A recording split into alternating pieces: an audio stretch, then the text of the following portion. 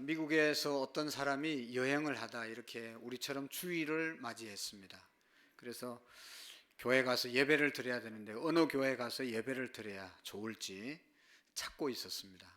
그러다가 거기 교통 안내를 하는 교통 경찰에게 이 주변에 좋은 교회가 어디 있으면 소개 좀 해 주십시오. 그래서 소개를 받았습니다. 이 경찰관이 그 주변에도 가까운 주변에도 교회가 여럿 있는데 저 먼 교회를 가르치면서 그 교회가 좋은 교회인 것 같습니다 라고 얘기를 했다는 겁니다. 그래서 왜 가까운 교회도 많은데 그 먼 데까지 안내를 하냐 물으니까 자기가 이렇게 교통을 정리하다 보니까 예배 마치고 나오는 성도들의 표정, 성도들의 모습, 태도를 보면 그 교회에서 나오는 성도들이 제일 밝고 제일 기쁘고 활달한 그런 모습을 봤다. 내가 교회는 안 다니지만 예수님은 안 믿지만 아마도 그 교회가 좋은 교회인 것 같다. 예배드리고 나오는 사람들의 모습이 밝고 예배드리고 나오는 사람들의 마음이 그냥 모습이 너무너무 사랑스러워 보이고 얼마나 그 교회가 은혜로우면 그렇겠냐 해서 그 교회를 안내했다고 합니다. 여러분, 우리가 예배를 제대로 드리고 나면 예수님을 제대로 믿으면 마음에 기쁨이 있고 얼굴에 은혜가 있고 정말로 감사가 넘치는 그런 삶을 살 줄로 믿습니다. 예수님 잘 믿는 사람이 어떤 사람이냐? 기뻐하며 사는 사람이에요. 예수님 잘 믿고 봉사를 어떤 사람이 잘하는 사람이냐? 기쁨으로 하는 사람들입니다. 오늘 찬양 늘 얼마나 은혜롭게 찬양을 드려요? 어떻게 드려야지 잘하는 겁니까? 믿음으로 드리는 겁니까? 하나님이 주시는 기쁨으로 우리가 찬양하고 기쁨으로 봉사하고 기쁨으로 일하는 것이 정말로 예수님을 믿는 사람인 줄로 믿습니다. 오늘도 예배를 드려도요, 기쁨이 없이 예배 드리는 분이 있어요. 억지로 왔다가 억지로 가는, 세상 근심 걱정 자기 혼자 다 짊어지고 앉아있다 가는 안타까운 사람들이 있단 말이죠. 그러나 예수님 만나고 예수님 은혜 임하면 그 모든 염려와 걱정이 다 내려지게 되고 하나님께 맡기게 되고 하나님이 주시는 기쁨으로 돌아가게 될 줄로 믿습니다. 여러분, 우리 교회 앞에 한 집사님 가정이 살았어요. 그 집사님은 이제 자녀 집사님이 우리 교회 잘 다니시다가 부모님을 전도해서 그 부모님 어머니가 권사님 되고 집사님 돼서 멀리 이사 가신 그 집사님 가정이 있습니다. 이제 아버지가 이제 교회 나오게 되어서 신방을 갔습니다. 신방 가서 대화하는 가운데 그 아버지가 늘 얘기를 여러 번 했습니다. 자기 교회에서, 자기 집에서 거실에서 이렇게 문을 열고 또 이렇게 거실에서 보면 우리 교회 마당이 딱 보이는 거예요. 그래서 예배 마치고 나오는 성도들의 모습을 다 볼 수가 있는 거예요. 거실에 이렇게 딱 있으면. 그런데 주변 옆에도, 바로 옆에도 교회였고 그 뒤에도 교회였고 주변에 여기 교회가 얼마나 많아요. 그래도 우리 교회를 바라보면 사람들이 젊고 가장 시끌벅적하고 너무너무 화목하게 막 기쁨으로 마당에서 교제하고 예배 마치고 나오는 모습을 보면 너무나 생기가 있더라는 것입니다. 그래서 아들이 전도를 했지만 우리 교회에 오게 되었다고. 그래서 열심히 신앙생활 하다가 이사 가신 집사님, 권사님 가정이 있습니다. 정말로 우리가 예수님을 잘 믿는 것은요, 기뻐하며 사는, 기뻐하면서 믿는 것입니다. 교회 올 때도 기쁨으로 오고 돌아갈 때도 기쁨으로 돌아가시고 봉사할 때도 좀 기쁨으로 하시고, 이것이 믿음으로 하는 것이고 이것이 믿음의 삶이라는 것을 우리가 기억할 수 있기를 축복합니다. 가정에서도 예수님 믿는 사람은요, 안 믿는 사람보다 기쁘게 사는 거. 직장 생활할 때도 여러분 더 기쁘게 즐거움으로 일하는 사람이 예수님을 잘 믿는 사람입니다. 여러분 생각해 보세요. 예수 믿는다고 그러면서 날마다 우울해하고 날마다 슬퍼하고 날마다 인상 쓰고 날마다 그렇게 살면 그게 예수님 잘 믿는 거냐? 하나님이 주신 기쁨이 있는데, 오늘 성경은 여러분 빌립보서는 다른 이제 말로 별명이 희락의 복음서입니다. 기쁨의 복음서, 기쁨을 알려주는 그런 놀라운 책이거든요. 이 말씀 빌립보서를 읽다 보면 우리의 마음속에 기뻐해야 될 이유, 기쁨이 막 몰려오는 그런 것을 느낄 수가 있어요. 이 빌립보서를 쓴 사람이 누구냐? 사도 바울인데, 사도 바울 선생님이 감옥 안에서, 감옥 바깥에 있는 빌립보에 사는 성도들에게 주신 내용이거든요. 여러분, 지금의 감옥도 힘들게 생활하지만 옛날에 여러분 사도 바울이 로마의 감옥에 갇혀 있을 때 그때의 감옥은요 지하였어요. 지하. 그리고 지하에 얼마나 습하고 냄새가 나고 벌레가 있고 그냥 너무너무 조건이 안 좋은 그런 상태잖아요. 하루도 살기가 힘든 그런 상황 속에서 바깥에 있는 성도들에게 내가 말하노니 너희가 기뻐하라. 오늘 빌립보서 뒤에서 말씀드린 너무너무 기뻐하라는 말씀이 너무너무 많이 나오는 거예요. 정말로 예수님을 믿는 그런 자의 삶은 이렇게 기쁘게 살아가는 것이라는 것이죠. 사랑하는 성도 여러분, 우리가 예수님 믿는 것 때문에 또 우리의 삶이 기쁘십니까? 오늘도 기쁨으로 오셨습니까? 지금도 기쁘십니까? 근데 왜 처음부터 아멘을 안 하는 거예요? 기뻐해야 되는데. 여러분, 잠언 17장 22절의 말씀에 보시면 유명한 말씀이 있죠.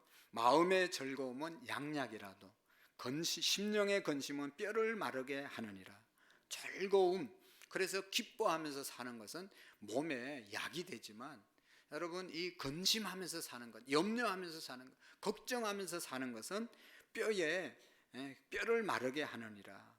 여러분, 뭐 뼈암 이런 것 걸린 거와 마찬가지라는 것이죠. 리스트 다이저스트에 보면 세상에 감기를 제일 잘 걸리는 사람이라는 그런 제목의 논문을 소개한 것을 읽을 수가 있었습니다. 물론 간단합니다. 어떤 사람이 감기에 잘 걸리냐, 어떤 사람이 감기에 잘 안 걸리냐, 물론 여러 가지 이야기를 할 수 있겠지만 감기를 예방할 수 있는 제일 좋은 비결은 항상 즐거움으로, 항상 기쁨으로 사는 사람은 감기에 잘 안 걸린다는 겁니다. 반대로 여러분, 늘 힘들게 살고 과로하고 마음속에도 불평이 있고 원망이 있고 부정적으로 생각하는 사람들은 늘 감기 걸릴 가능성이 많다는 것이죠. 꼭 오늘 감기 걸린 분이 그렇다는 얘기는 아니고 그럴 수 있다는 것이죠. 생각해 보면 여러분, 오늘 수많은 사람들이 스트레스로 인해서 각종 질병, 특별히 성인들은 성인병에 걸려서 얼마나 힘들어합니까? 당뇨병, 고혈압, 고지혈증, 뭐 이런 것들은 못 고치는 병이잖아요. 성인병은 못 고치는 병이에요. 그것이 어디에서 오냐? 과로, 스트레스, 그 다음에 마음의 우울함에서 오는 것 아니겠어요? 그런 의미에서 볼 때 오늘 성경에 항상 기뻐하라, 다시 말하는 내가 기뻐하라고 말씀하신 이 말씀은 우리의 육신도, 우리의 영혼도, 우리의 정신도 너무너무 행복하게 해주는 말씀입니다. 그래서 우리가 이 말씀에 순종해서 주 안에서 기뻐할 수 있다면, 다시 말하노니 내가 기뻐하라, 이 말씀에 우리가 순종할 수 있다면 얼마나 행복하게 살아갈 수 있겠습니까? 사랑하는 성도 여러분, 인간은 누구나 늙고 그래서 병들고 그래서 죽는 것이 우리 인간입니다. 예외일 사람이 누가 있어요? 예외이기를 바랄 뿐이지, 오늘 여러분 병 걸려서 병원에 가서 수술하고 아무리 치료하고 나와도 또 언젠가는 아파서 또 언젠가는 우리 앞에서 간 사람들의 길을 다 걸어갈 수밖에 없는 그런 존재들입니다. 늙고 병들고 죽는 것, 생로병사가 우리 인간의 원리잖아요. 이런 것들을 생각할 때 얼마나 우리 인생이 허무합니까? 인생은 짧습니다. 그래서 우리가 정말로 기쁨으로 사셔야 되는데 허무한 기쁨이 있어요. 어느 장례식장에 이런 유머가 있습니다. 시체 세 구가 누워져 있는데 다 웃으면서 죽었다는 거예요. 얼굴에 이렇게 웃으면서 죽으면 얼마나 좋겠어요? 근데 첫 번째 웃으면서 죽은 사람은 로또 복권에 당첨돼 가지고 너무 기뻐서 심장마비로 죽었어요. 두 번째로는 자기 아들이 삼수를 했는데 시험에 합격을 했어요. 그래서 최고 인류 학교, 우리나라에서 제일 좋은 대학을 들어가게 됐어요. 너무 기뻐서 웃다가 심장마비 걸려서 두 번째 사람은 죽고. 여러분, 세 번째 사람은 왜 웃으면서 죽은지 아세요? 번개가 번쩍 치는데 자기 사진 찍어 주는 줄 알고 치저하다가 죽었다는 거예요. 여러분, 이런 죽음은 이런 웃음은 얼마나 씁쓸한 웃음입니까? 이것은 진정한 기쁨이 아니잖아요. 세상의 모든 기쁨은 잠깐이고 그 기쁨으로 인해서 때로는 화를 당하기도 하고 때로는 죽음을 가져올 수도 있는 것입니다. 생각해 보면 세상이 주는 기쁨은요, 조건이 있을 때 기뻐하고, 조건이 있어서 기뻐하면 그건 얼마 안 가서 또 기쁨이 끝나는 거예요. 그 영원한 기쁨이 아니고 잠시의 기쁨입니다.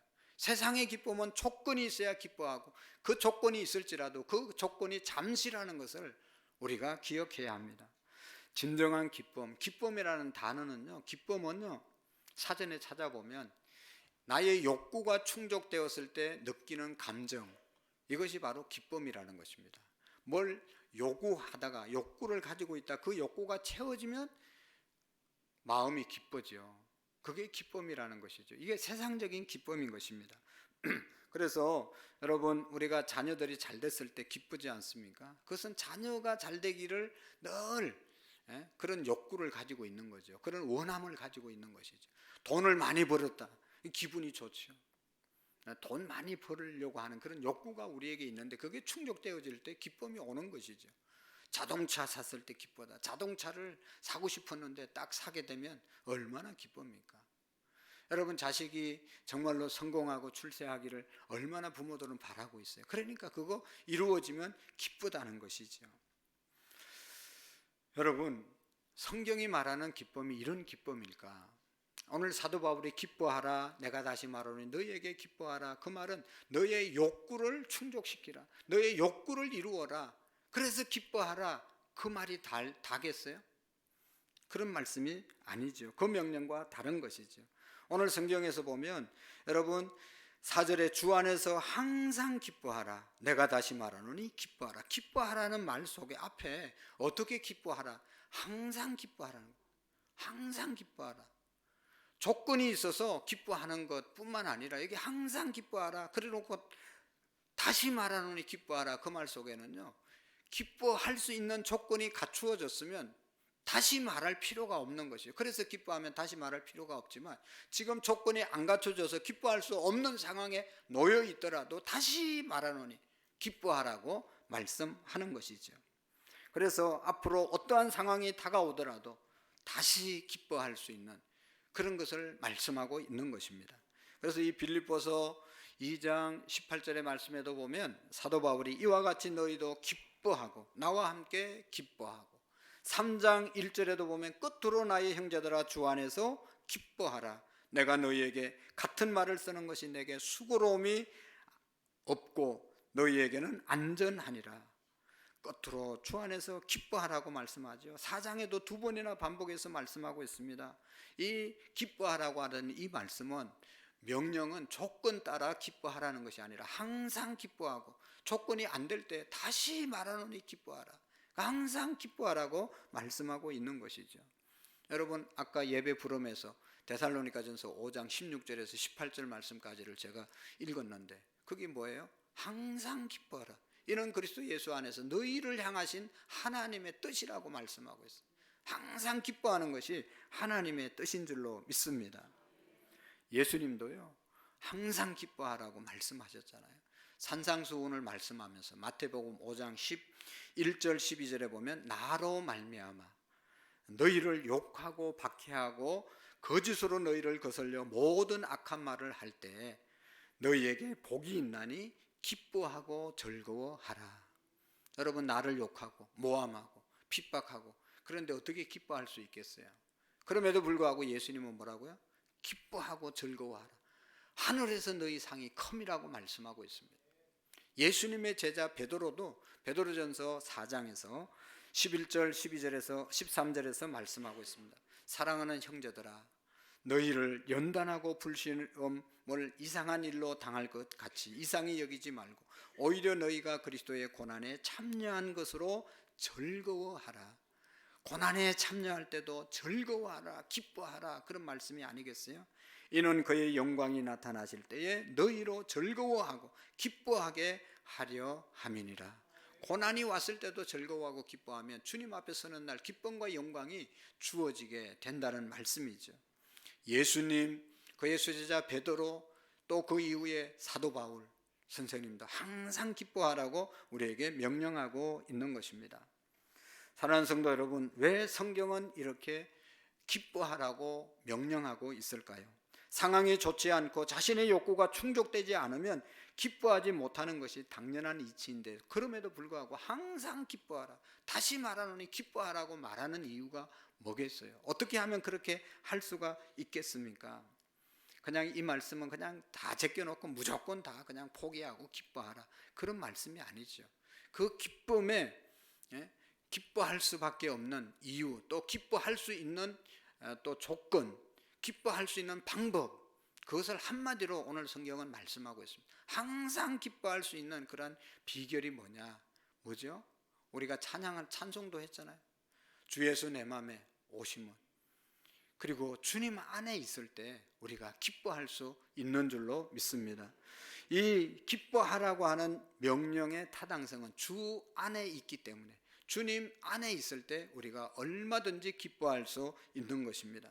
주 안에 있다는 것은 예수님을 내 마음속에 영접한 것이고, 예수님 믿음으로 구원받은 확신을 갖고 사는 것이고, 주님이 나와 언제나 함께 하심을 믿고 살아가는 사람이 주 안에 사는 사람입니다. 그런 주님 안에 있을 때 항상 기뻐하게 될 줄로 믿습니다. 여러분, 아멘이 잘 안 나오시죠? 어떻게 주님 안에 있는 게 그렇게 큰 기쁨인가? 주님 안에 있으면 항상 기뻐할 수 있을까? 여러분, 세상 사람들은 돈이나 명예나 다른 사람보다 탁출나게 잘된 것이 있으면 기뻐합니다. 성진한다든지 선물을 많이 받았다든지 자녀들이 잘 된다든지 손자 손녀들 때문에 우리가 기뻐할 수 있는 것이죠. 그러나 이런 것들이 기쁨일 수 있지만 이게 뭐 얼마나 갑니까? 손자 손녀들 자녀들이 그렇게 예쁘지만 속 한번 안 썩이는 사람들이 자녀들이 있습니까? 속상하면 금방 기쁨이 사라지는 거죠. 우리가 그렇게 추구하고 누리고 싶었던 부와 영광, 작은 잘못만 해도요 금방 명예 다 사라지는 겁니다. 지금까지 여러분 훌륭하게 살았지만 한 번 죄 지으면요 명예가 그냥 완전히 땅에 순식간에 떨어지는 겁니다. 돈도 우리가 아는 것처럼 지금은 있지만 한순간에 없어질 수 있다는 것이 돈이지 않습니까? 그런 것들이 어떻게 우리에게 영원한 기쁨을 줄 수가 있겠냐 말이죠. 자신의 욕구가 충족되었을 때 느끼는 즐거움, 감정이 기쁨이라면 우리는 상황에 따라 원하는 것을 얻을 수 없습니다. 항상 기뻐할 수 없습니다. 또 항상 그 욕구가 충족될 수도 없을 뿐더러 항상 욕구가 충족되어서도 안 되는 것이죠. 그런 관점에서 볼 때 여러분, 우리가 정말로 예수님 안에 있을 때 기뻐할 수 있는 것입니다. 세상에서 기뻐했다면 이제는 우리 모두가 주님 안에 있으면, 주님으로 구원받은 확신이 있으면 항상 기뻐할 수 있습니다. 여러분, 이걸 누가 빼앗아 갑니까? 내가 하나님의 사람이고 주님이 내 안에 계시고 내가 구원받았는데 천국의 소망을 갖고 살아가는데 이걸 뭐가 이것을 빼앗아 갈 수 있죠? 돈은요, 물질은, 명예는 빼앗길 수 있습니다. 순식간 사라질 수 있어요. 그런 것은 여러분 영원한 것이 아니라는 것이죠. 주 안에서 우리가 기뻐할 수 있는 것은 하나님은 변치 않는 하나님이십니다. 우리가 오늘 예배하는 하나님은 영원하시고 변치 않으시는 하나님 아니십니까?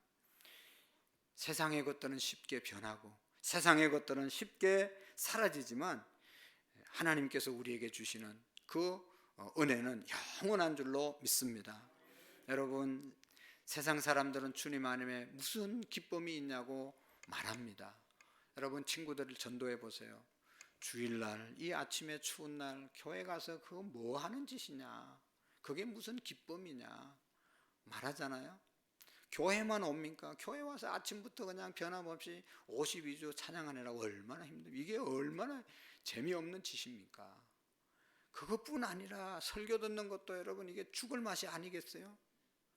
그것도 또 내가 아끼고 사랑하는 헌금도 해야 되고 입도 떨어지지 않는, 나도 간시 나오는데 전도하라고 해서 전도해야 되고, 이게 무슨 주 안에서 기쁨이냐? 세상 사람들은 그렇게 말합니다. 그러나 여러분, 주님 안에 우리가 있을 때 가장 만족하고 주님 안에 있을 때 가장 큰 기쁨이 있는 것이죠. 여러분, 시편 기자는 시편 16편 11절에 이렇게 말씀하고 있습니다. 주께서 생명의 길을 내게 보이셨나니 주께서 내게 생명의 길을 보이셨나니 주 앞에는 충만한 기쁨이 있고 주의 오른쪽에는 영원한 즐거움이 있느니라. 할렐루야. 이 고백이 우리의 고백이 되시기를 바랍니다. 주님 안에 충만한 기쁨이 있고 영원한 즐거움이 내 앞에 하나님께서 펼쳐주셨다. 주님 안에 있을 때 가능하다라는 말씀이죠. 여러분 신명기 4장 7절의 말씀에 보면 주께서 내 마음에 두신 기쁨은, 주님이 내 마음에 두신 기쁨은 그들의 곡식과 새 포도주가 풍성할 때보다 더하나이다. 새 포도주 물질 풍성할 때보다 하나님이 내게 주신 기쁨이 있을 때 더욱 기쁘다고 고백하고 있는 것입니다. 여러분 어떤 그 할머니가 꽃 장사를 하는데 이분은 항상 얼굴이 밝은 거예요. 너무너무 행복해 보이는 겁니다. 그래서 이 할머니에게 항상 꽃을 사가는 단골 손님이 할머니에게 물어봤어요. 할머니는 걱정도 없습니까? 건심거리가 하나도 없습니까? 어떻게 그렇게 항상 웃고 살아갑니까? 물으니까 뭐라고 그러는지 아세요? 세상에 사람 살면서 걱정, 염려, 근심 없는 사람이 누가 있겠습니까? 저도 말할 수 없는, 남에게 말할 수 없는 고통이 있습니다. 그럼에도 불구하고 내가 기뻐하는 그 방법은 나는 3일의 요법을 쓴다고, 3일의 비밀이라는 것이 그것을 가지고 살아갑니다. 걱정스럽고 염려스럽고 힘든 일은 3일 동안 하나님께 맡기면 하나님이 3일 후에 다 해결해 주신다는 그런 믿음을 가지고 염려가 있을 때, 걱정이 있을 때 3일 동안 기도하면서 참는다는 것입니다. 그 3일의 의미는 예수님이 3일 만에 부활하셨잖아요. 예수님이 3일 만에 해결해 주실 것이다. 그런 믿음을 가지고 하나님께 맡기고 지금 어려움이 있어도 그것 때문에 눌리지 않고 기뻐하고 3일 동안은 기뻐하고 지난다는, 그러면 3일 내에 해결되든지, 또 3일이 지내도 꼭 3일일 이유가 뭐 있어요? 4일 될 수도 있고 5일 될 수도 있고, 부활하신 예수님이 분명한데 주님이 부활해 주시고 또 해결해 주실 것을 믿고 지나기 때문에 허강 같은 그러한 어려움이 자기에게 있었을지라도 그렇게 믿고 맡기고 지나면 하나님께서 정말로 광명의 열매로 그를 갚아주신다고 말씀하고 있습니다. 여러분 내가 이것을 너희에게 이르면 내 기쁨이 너희 안에 있어 충만하게 하려 하심이라. 주님이 오늘 저와 여러분들을 부르신 것은 주님 안에 있는 그 기쁨을 우리에게 충만하게 주시려고 부르신 줄로 믿습니다. 오늘 우리 모두는 하나님의 형상을 따라 입은 지음을 받은 존귀한 자들입니다. 하나님의 형상을 따라 입은 지음을 받은 저와 여러분들이 만족이 어디에서 오냐? 하나님의 형상을 따라 살아갈 때, 하나님께서 우리를 만드신 목적대로 살아갈 때 거기에 참 만족이 있고 거기에 참 기쁨이 있는 줄로 믿습니다. 여러분 우리가 너무나 잘 아는 이사야서 43장 7절의 말씀, 내 이름으로 불려주는 모든 자 곧 내가 내 영광을 위하여 창조한 자를 오게 하라. 그를 내가 지었고 내가 만들었느니라. 우리를 왜 만들었다고요? 우리를 창조한 목적이 뭐라고요? 하나님께 영광을 돌리기 위해서 우리를 만드셨다. 그래서 하나님 안에서 항상 하나님께 기뻐함으로 영광을 올릴 때 우리에게 참 만족과 기쁨이 있을 줄로 믿습니다. 마귀는 항상 이렇게 얘기하죠.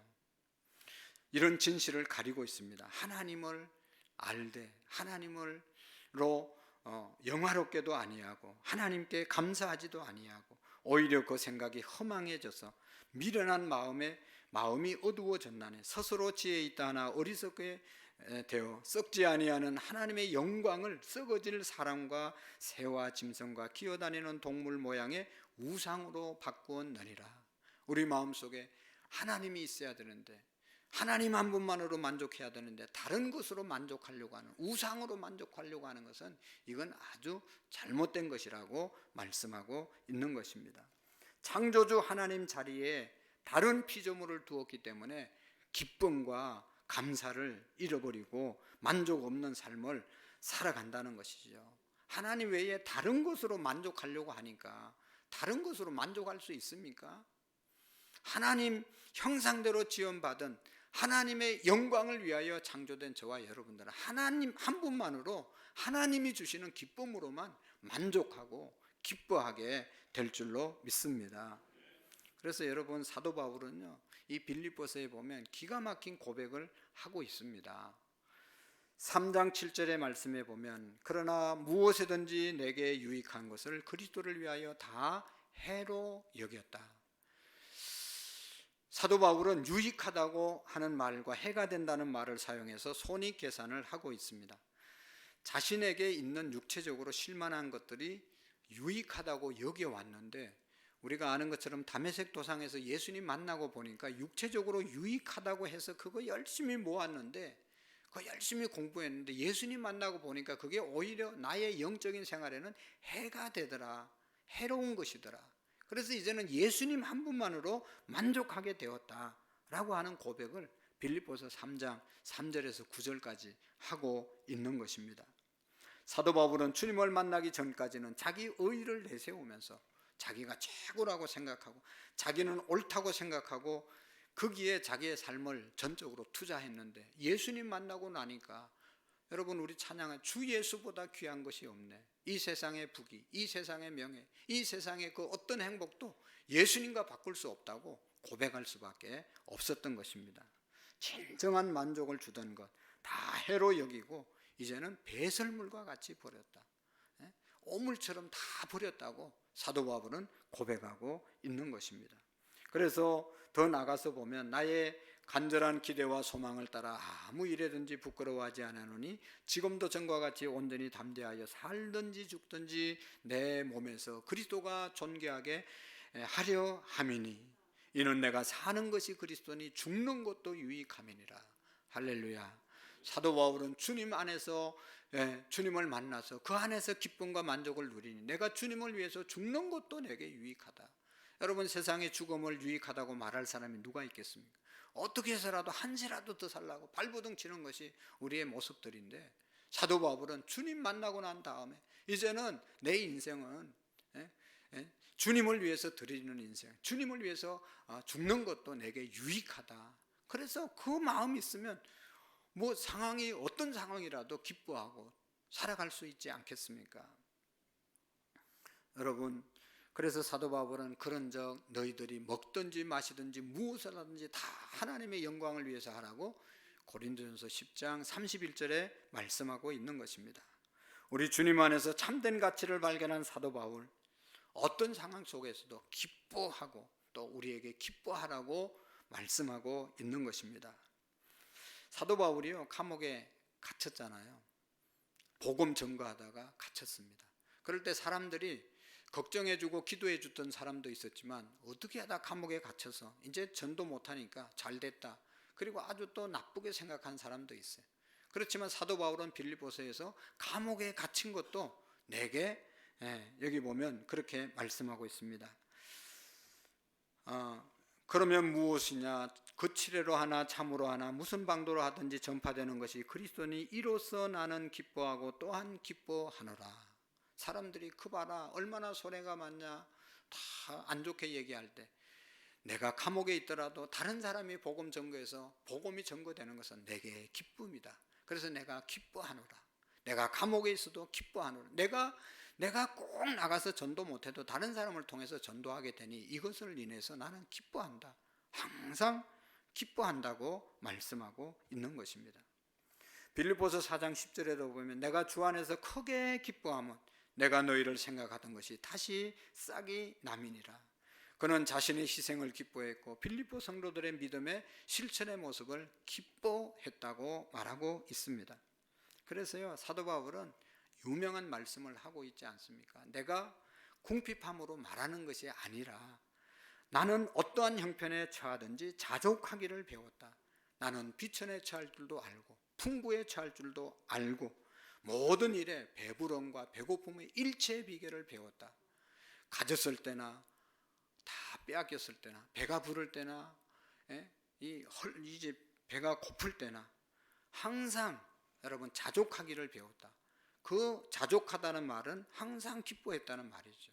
있을 때만 기뻐하고 없을 때 원망한 게 아니고, 배부를 때 감사하고 찬양한 것이 아니라 배고파도 항상 찬송할 수 있었다.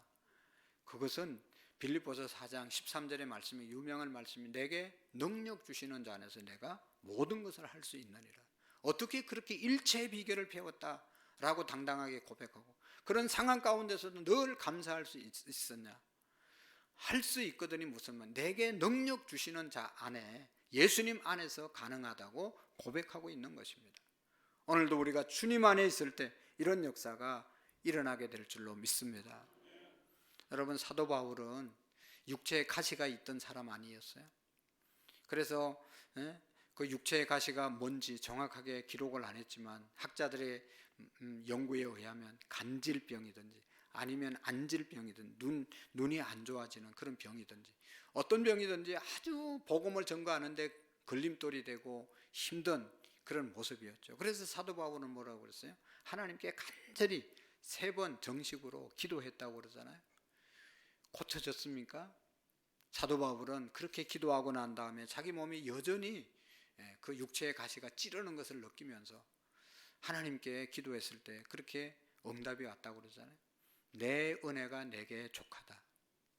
내가 많은 계시를 너에게 주었는데 그 계시, 여러분, 하나님의 풍성한 너무너무 신비한 것들을 많이 보게 됐는데 끝까지 교만하지 않고 하나님 앞에 쓰임받는 사람 되게 하기 위해서 육체의 가시를 남겨뒀다. 그래서 육체의 가시가 있더라도 고쳐지지 않았더라도 내 은혜가 내게 족하다 하시는 그런 주님의 말씀 듣고 기뻐하고 만족했다고 말하고 있습니다. 여러분, 그런 것입니다. 주 안에 있으면 참으로 기뻐할 수 있는 것입니다. 사랑하는 성도 여러분, 여러분이 믿는 하나님이 어떤 분으로 믿죠? 정말로 내가 믿는 하나님이 어떤 분인지 내가 그 믿음대로 믿으면 기뻐할 수 있는 것이죠. 하나님은 변함없는 하나님이시고 우리에게 어떤 사랑을 베풀어 주셨습니까? 앞으로도 하나님이 우리를 어떻게 인도하실 것인지 내가 믿음으로 고백하면 기뻐할 수밖에 없는 것이죠. 우리가 믿는 예수님이 어떤 분이죠? 내가 지은 죄 때문에 십자가에서 그 엄청난 고통을 지불하시고 죽으심으로 우리의 죄를 다 사해 주시고 천국 백성 삼아 주신 예수님의 사랑 아닙니까?